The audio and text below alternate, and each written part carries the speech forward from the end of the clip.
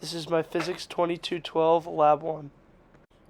The purpose of this lab is to observe electrical force between objects via the use of Scotch tape and estimate the charge with a Python model based on certain data points collected in the experiment. Preview of the results is that the Scotch tape can repel itself with an electric force despite the forces of gravity at a small diameter. The charge of our tape is approximately 1.25 times 10 to the negative 8th coulombs, and the relevant physics formulas applied here are the Newton's second law, Coulomb's law, and the momentum principle. Some initial conditions and constants are shown on the left side of the screen. The tapes were initially given a charge, whether positive or negative will be revealed later, by ripping the tapes off of one another as shown in the figure on the right. In this experiment, the system is just the two pieces of tape and the earth, while the surroundings are the rest of what is in the room and technically what the rest of the universe is. While the lab procedure outlined in the Canvas page is much more detailed, the list on the right outlines the basic premise of the lab procedure. These steps were followed by me in January of 2024 using generic Scotch tape. First, charge two pieces of 20 centimeter by 2 centimeter pieces of tape via ripping it off another piece of the same tape. Set these aside and then rip a few more pieces and test their attractiveness to skin, neutral charged objects, and a negatively charged pen.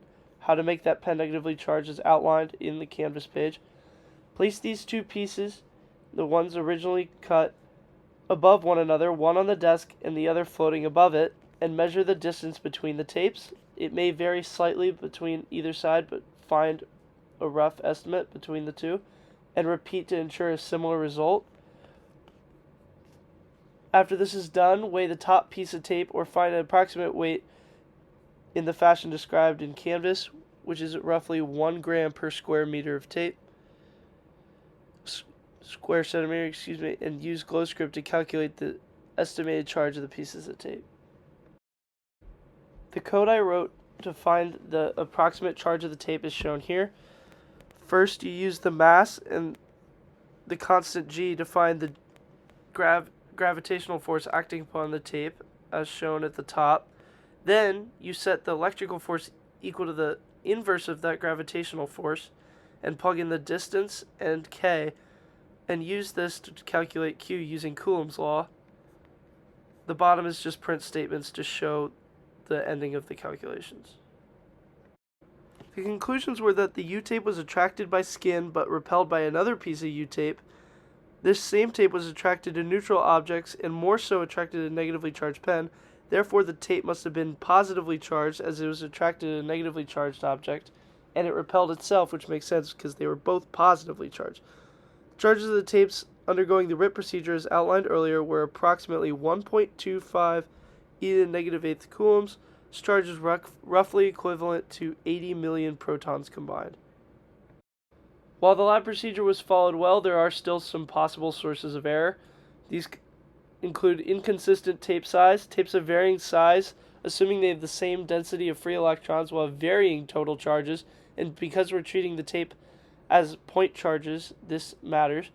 The tape handling was also different between pieces of tape, as the more you held the tape, the less extreme the charge became as the charge was transferred to your hand. Air resistance is also a factor that may have applied, although that may be very little. The measurement of the gap is inconsistent because the tape varied in distance across where the tape was above the other piece of tape, and therefore the distance wasn't an exact measurement. And finally, the tape isn't a point particle, and we are treating it as such. If electrons had a positive charge and protons had a negative charge, almost nothing would have changed in this experiment. The tape would have acted similarly when placed near the other tape, as the sign of the charge wouldn't have mattered because the signs were the same and therefore repel each other. The only difference is the tape, rather than having a positive charge and being attracted to the pen, it would have had a negative charge and would have repelled the pen. And then why is it important that we handle the charged tapes as little as possible? Well, the longer you touch the tape, the more chances the electrons get to jump to your hand and ruin the experiment.